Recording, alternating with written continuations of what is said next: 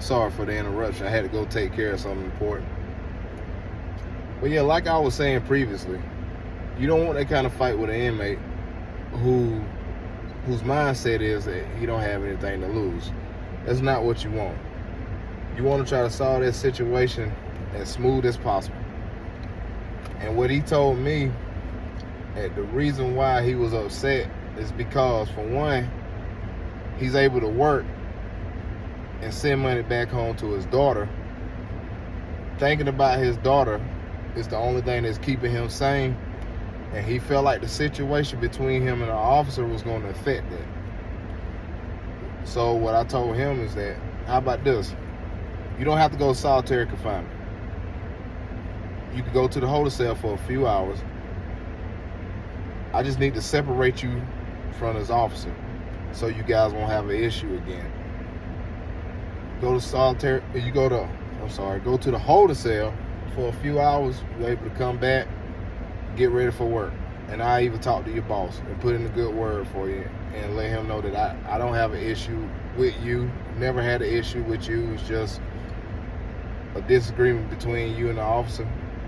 That way the incident report won't affect your job.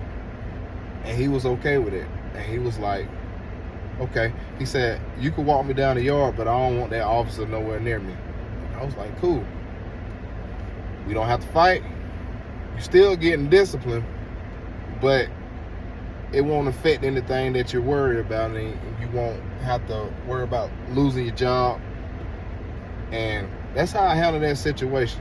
And after I handled the situation that way, that's what kind of changed my mind when it comes to law enforcement. All the law enforcement as a whole is by you using this, connected with this, working out a logical solution in your mind, and try to solve it without using any force. I wish every problem could be solved that way. But sometimes in this business, you're going to run into people that you can't reason with. I didn't think I could reason with that guy. You'd be surprised who you could reason with if you just start talking. I didn't think that I could reason with that guy because he was so pissed off. I thought, oh man, I might have to fight this guy to get him to comply, but I didn't. I was able to get through to him.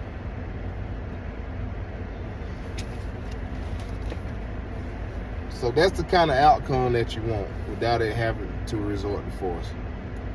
If you wonder why I keep looking down, I wrote down all my points that I wanted to talk about. That's why I'm looking down.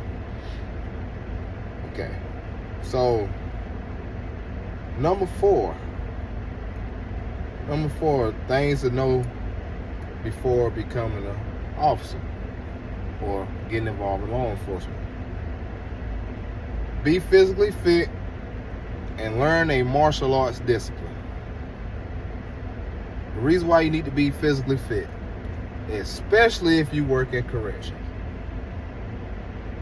The main reason, the inmates, they continuously work out. They never stop working out. Most inmates, with all the time that they have on their hands, they work out non-stop. They're going to make sure they're in shape. And the reason why inmates stay in shape, it is not to fight an officer. More often than not, they want to stay in shape to protect themselves from other inmates. So they're not getting ready for you, but just know that those inmates are in shape. If those inmates are in shape, then you need to be. You need to be in shape. Because one of these days, sorry, it's just the nature of the job, you're going to have to put your hands on one of these inmates to get them to comply. I wish all situations could be solved with just talking and reasoning with somebody, but there are some people that you can't reason with. But even the people that you can't reason with, they're in shape. They've been working out day in and day out. So you need to be physically fit too, because it's not going to do you any good if you get called to a situation where you have to go back somebody up, because where we were at, where you have to respond to, it's probably like, I want to say a few hundred yards. And if it's an emergency situation, you'll have to run there with all that gear on. You don't want to get there on the situation and half the battle is already over it because you're tired. Because you might walk into a situation where somebody's getting attacked and you need to respond as soon as you get there. But you can't respond because you can't help that person because you're not physically fit. You already beat before you get there. Or how about this? Let's say you're the person in that situation and you and the inmate getting into it. You're about to run out of gas and your help is not physically fit. When they get there, they already gassed. They already beat. Then you have to wait for more reinforcement to come.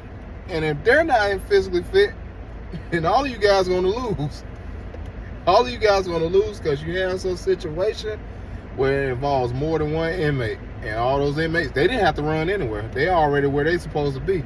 They already at home. They didn't have to run anywhere to come help anybody. They just have to go from their cell to the sally port. Plus, they work out all the time. They have wind. They have stamina. If you're not physically fit, you won't be able to help anybody. You're just going to be another victim. And that's not just corrections. That's for all aspects of law enforcement. It's for every aspect. You need to be in shape. I'm sorry. I hate to say this about law enforcement nowadays, but I see a lot of people who don't care about their physical fitness. They just want a badge and a gun. They just want a badge and a gun. And usually the people that are out of shape are the ones that always go to their secondary weapon first. Because they're not physically fit to get physical and use what we call soft, empty hand control first. Which brings me to the second part of this point of martial art discipline. You need to learn a martial art discipline. What I prefer is just my preference, which I think is the best one, Brazilian Jiu-Jitsu. If you're a law enforcement officer, you got an advantage. There are some places, there are some schools that will teach law enforcement for free all the way up to a certain degree. There's a lot of incentives for law enforcement to learn martial arts because let's say you're dealing with a martial art like boxing, karate, Muay Thai, kickboxing. I mean, it's good to know that stuff because you might get into a situation where you have to throw strikes. Strikes are considered in law enforcement hard empty hand control. Punches and kicks, sometimes they're necessary. And if a person is actively fighting you and they throwing punches at you, sometimes you might have to punch to stop a threat. Sometimes you might have to kick to stop a threat. But the thing about punching and kicking, especially if you're good at it, you do more damage to a person than by grabbing them, doing arm locks, or holding on to pressure points to get them to comply, as what I learned my limited time taking Brazilian Jiu-Jitsu. I never made it past a white belt, just for clarification.